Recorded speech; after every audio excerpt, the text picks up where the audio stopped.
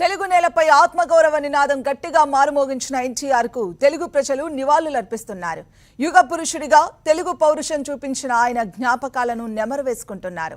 దివంగత సీఎం నట legend senior NTR వర్ధంతి సందర్భంగా ఆయనకు 2 తెలుగు రాష్ట్రాల ప్రజలు నివాళులర్పిస్తున్నారు.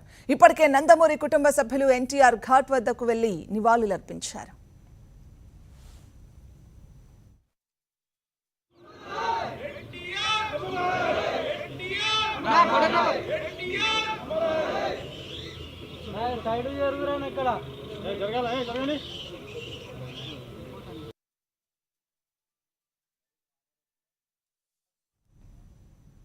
ఎన్టీఆర్ తనయులైన నందమూరి బాలకృష్ణ, రామకృష్ణలు ఎన్టీఆర్ ఘాట్ కు చేరుకొని తండ్రికి ఘనంగా నివాళులర్పించారు.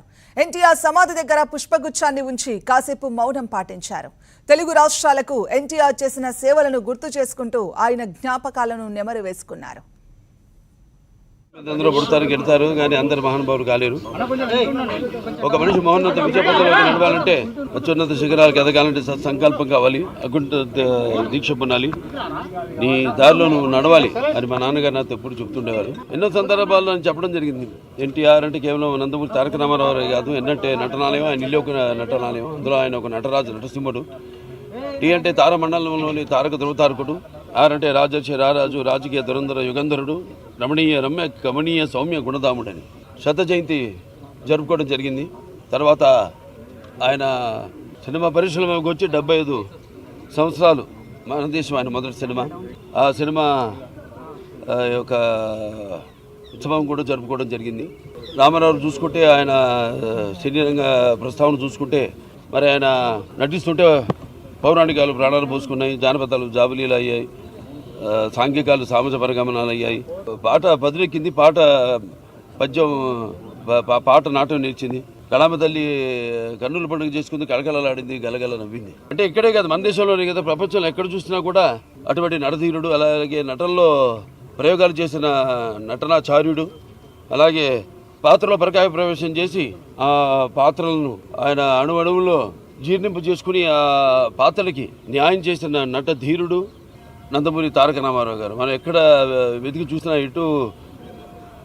ఎక్కడ చూసినా కూడా అటువంటి నట ధీరుడు, లేకపోతే నటచారుడు, లేకపోతే నట ధీరుడు ఎక్కడా మనకి కానరాడు అని నేనే కాదు, ప్రతి ఒక్కడు గురి తీరుతారు. అలాగే తర్వాత ఆయన ప్రతి తెలుగు బిడ్డ, ప్రతి తెలుగు గడ్డ కూడా నేను తెలుగు వాడిని సగర్భంగా చెప్పుకునే దమ్ము, ధైర్యం, సత్తా, తెగువ, ఆత్మవిశ్వాసం పదును పెట్టి ప్రతి తెలుగు వాడిని బయటికి తీసుకొచ్చి నేను తెలుగు వాడిని అని చెప్పే సత్తా, ధైర్యం ఇచ్చిన తెలుగు తేజ నందమూరి తారక రామారావు గారు. ఆనాడు తెలుగుదేశం పార్టీని స్థాపించి మరి తెలుగుదేశం పుట్టింది శ్రామికుడి చెమటలో నుంచి, కార్మికుడి కరిగిన కండరాల్లో నుంచి, రైతు కూలీల రక్తంలో నుంచి, నిరుపేదల కంటి మంటల్లో నుంచి, కష్టజీవుల కన్నీళ్లలో నుంచి అని ఆనాడు, అలాగే అన్నార్థుల ఆక్రందనలో నుంచి అంటూ, అలాగే తెలుగుదేశం పిలుస్తుంది రా కదిలిరా అని తెలుగుదేశం పార్టీని పెట్టి మరి ఆనాడు ఒక విప్లవం తీసుకొచ్చారు ఆయన. ప్రతి తెలుగు బిడ్డ బొడ్డు కోయక ముందే రాజకీయ చైతన్యం తీసుకొచ్చిన మహానుభావుడు నందమూరి తారక రామారావు గారు. అంతకుముందు వరకు చాలామందికి ఈ రాజకీయాల మీద ఆసక్తి ఉండేది కాదు, చాలామందికి తెలిసేది కూడా కాదు. అటువంటిది ఆయన ఈ తెలుగుదేశం పార్టీని పెట్టి అందరిలోనూ ఒక రాజకీయ చైతన్యం తీసుకొచ్చిన ఓ మహానాయకుడు నందమూరి తారక రామారావు గారు.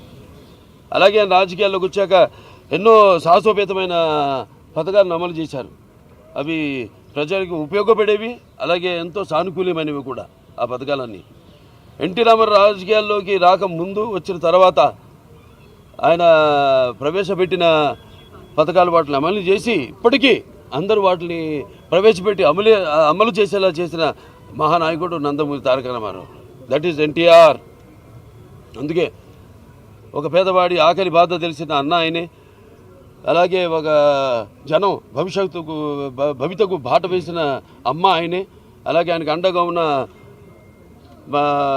మహిళల కోసం అండగా ఉంటూ ఆయన కూడా వాడికి ఆర్థిక స్వాతంత్రం ఇచ్చిన అన్న కూడా ఎన్టీ రామారావు గారు. ఎన్టీఆర్ అంటే నటనకు నిర్వచనం.